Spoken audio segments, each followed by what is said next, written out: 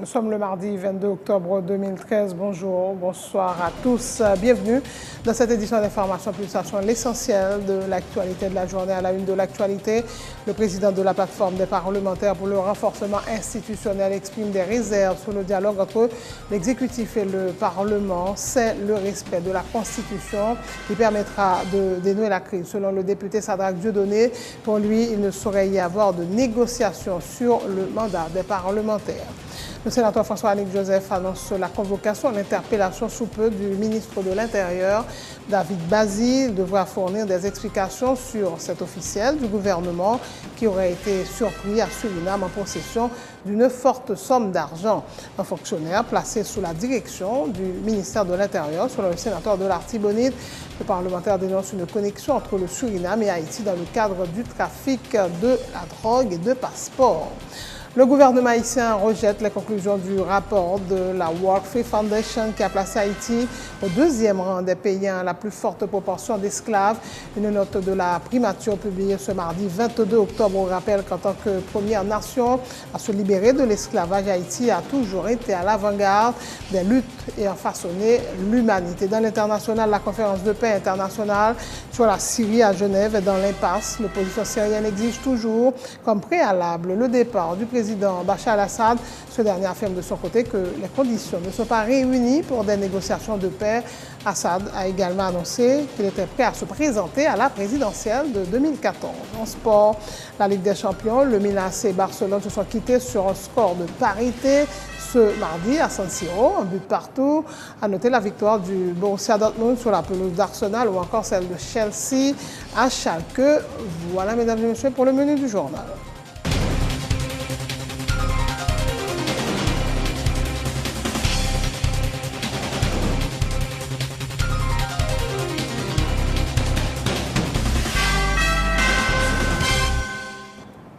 Et c'est parti pour le développement du journal. Le président de la plateforme des parlementaires pour le renforcement institutionnel ne voit pas de bonne le processus de dialogue entre l'exécutif et le Parlement. Pour Sadraque Dieudonné, c'est le respect de la Constitution qui permettra de dénouer la crise. Le respect de la Constitution signifie l'installation des juges de la Cour des comptes élus par le Sénat de la République et la possibilité que les sénateurs élus en 2009 pour 6 ans terminent leur mandat. Fait remarquer l'élu des Gonaïves, soulignant qu'il ne saurait y avoir de négociation autour de ces questions. Je pense que le président de la Chambre des députés et le président du Sénat ont rentré non jouet que Matéli a fait. Depuis Matéli président là, c'est jouer la jouer, c'est petit comique là fait avec le pays, a traîné pied, il va jamais réaliser l'élection et il prend environ 1 an pour la parler de conseil électoral permanent. Et puis dans la fin d'année, ils ont un accord pour former un soi-disant conseil électoral provisoire. Et décembre 2013, ça fait déjà environ 1 an depuis le conseil électoral provisoire ça est créé. Voilà que il n'y a pas jamais arrivé à réaliser l'élection par la faute de M. Matéli, qui jusqu'à présent pas jamais convoqué la Chambre des députés en session extraordinaire pour lui capable de plancher à nouveau sur le projet de loi électorale. Et pour nous dialoguer avec le président, sur qui ça? Qui ça cap objet de dialogue ça? Un président qui a violé la Constitution, et bien c'est le président pour lui tout simplement appliquer la Constitution.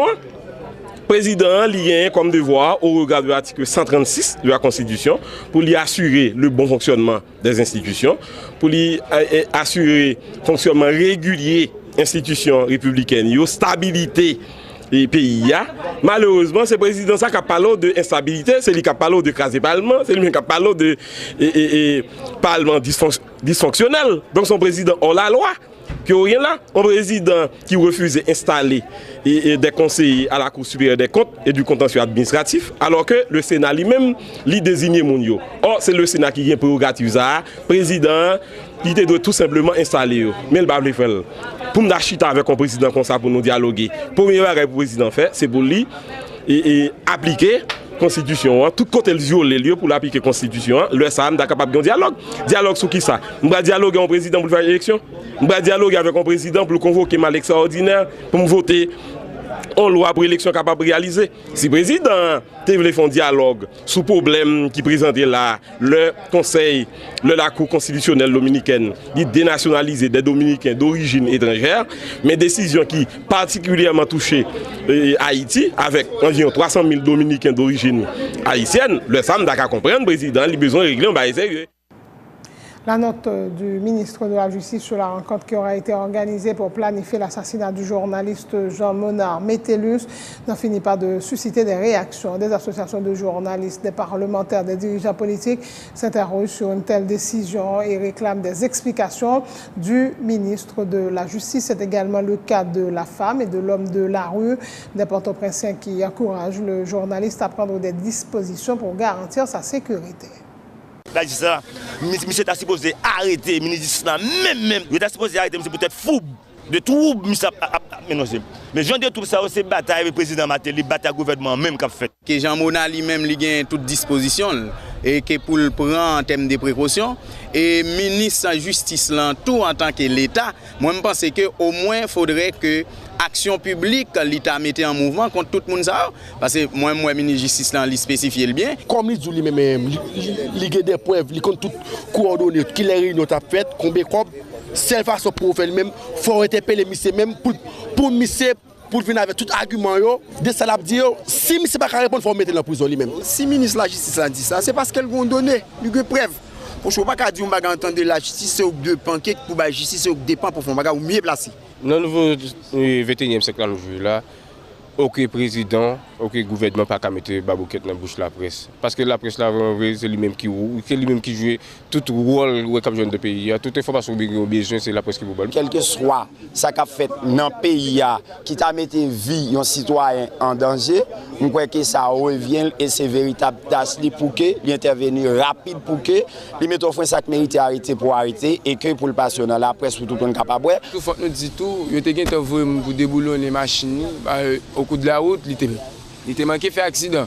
Pourquoi j'aime une autorité qui dit ça a passé, qui ça fait, même inspecteur de la police pourquoi j'aime dire rien. Si il y a une réunion qui fait, si nous connaissons qui fait réunion, nous sommes supposés arrêter, nous sommes supposés mener des enquêtes.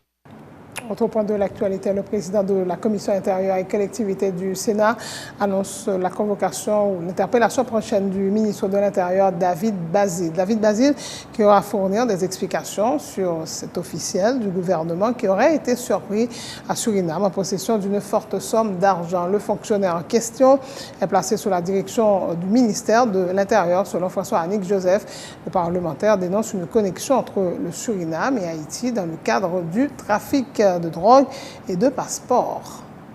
Nous pas étonnés, c'est vrai, il y a un pays qui n'a fait pas bon. Moi, je connais qui ça veut dire, je me dis un pays qui n'a fait pas bon parce que l'école ouverte, moi, j'ai de maman et papa petit qui toute journée devant porte la caille, moi, a demandé pas un pile cob, mais cob pour aller prendre uniforme petit, yo caille boss tailleur ou bien caille couturier, cob pour acheter un paire soulier pour voir petit yo l'école, yo pas gagné, et puis autant de cob à parti qui te payant pour l'autre côté ou bien nèg a servi avec position yo gagné pour yo transférer cob. Nous ça fait longtemps nous te dénoncé une connexion qui gagnait entre le Suriname et Haïti qui gagnait de questions qui liées à la drogue, au trafic de passeports et des histoires de ces gens. Ça fait longtemps nous dénoncer de monde qui gagnent nationalité iranienne, qui a voyagé sous passeport espagnol, qui a débarqué dans le salon diplomatique haïtien. Ça fait longtemps nous dénoncer une quantité de bagailles comme ça. Et nous t'ai annoncé déjà que nous avons mené propre petite enquête par nous. Ce n'est pas au nom du Sénat de la République, mais en notre nom personnel, sur de mallettes qui a parti quitter pays, qui a embarqué presque chaque week-end pour aller dans l'autre pays. Et il y a des gens qui là dans l'autre pays qui paraît pour recevoir déjà. Donc nous pas étonnés du tout. Le nous apprend une nouvelle que Yokembe yon officiel haïtien avec de très fortes sommes, ça veut dire yon petit chiffre petit mais qui gagne zéro derrière nous connaît et zéro yo pas utile rien là pour compter mais les gagne yon gros auto break campi derrière zéro yo vaut en pile bagaille. Donc On petit chiffre 3 qui gagne pile 0 campé même si 0 campé derrière lui et ça pas étonnant. Ça c'est premier bagage comment apprendre ça. Deuxième bagage ou deuxième aspect en question c'est qui ça Sénat compte fait. Moi comme ça concerne le ministère de l'Intérieur et des collectivités territoriales, moi-même en tant que président de la commission en attendant et invité ministre intérieur et collectivité territoriale là pour le venir bailler explication sur ça comme gagne un sénateur yo même qui te dit yo pas dans invitation c'est dans interpellation tout droit et en fait nous pouvons entendre non sur la question est-ce que c'est interpellation ou bien invitation tout simplement. La grève s'est poursuivie ce mardi à la douane de Port-au-Prince en dépit d'une rencontre la veille entre le ministre des Finances, Wilson Lallo, et la chef de file du mouvement. Les protestataires auraient posé comme condition pour reprendre le travail le départ du directeur général, Frédéric Jean-Baptiste, la mise en place d'une commission pour diriger l'AGD selon Nelson Mickelson et Gérald Remplois de l'Association des agents douaniers.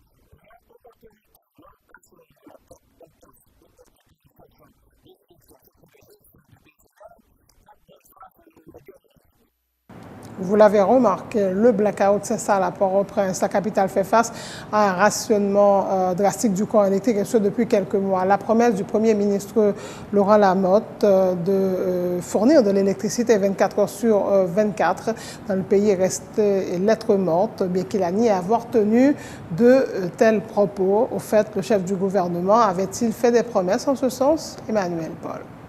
Dieu merci, les archives existent. Vous le savez, ces documents qu'on conserve pour pouvoir s'y reporter un jour, notamment à des fins de preuve. Justement, ce sont nos archives qui vont nous permettre de faire la lumière aujourd'hui sur les déclarations faites il y a quelques mois par le Premier ministre Laurent Salvador Lamotte concernant la distribution du courant électrique. Lamotte avait-il promis de l'électricité 24 heures sur 24 en Haïti? Pour trouver la réponse, il faut remonter à ce fameux conseil de gouvernement en date du 16 janvier 2013.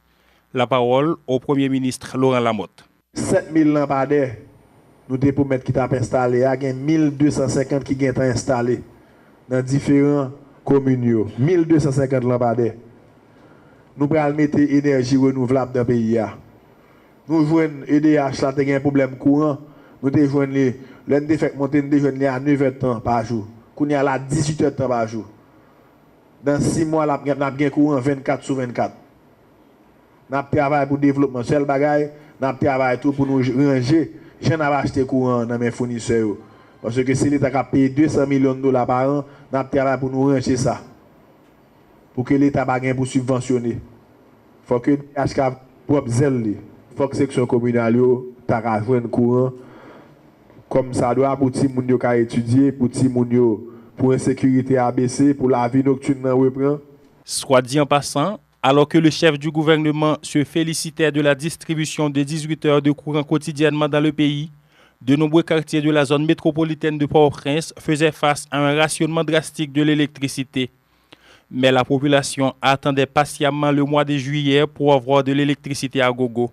Fin septembre, le Premier ministre Laurent Salvador Lamotte a indiqué sans sourciller n'avoir jamais promis de l'électricité 24 heures sur 24. Des images de Télé-Kiskeya. Madame dit que tu as le cours 24 sur 24. Je dit que l'objectif, c'était que tu as le cours 24 sur 24. Et c'est toujours. Et c'est objectif n'importe qui gouvernement pour que le peuple ait un courant 24 sur 24.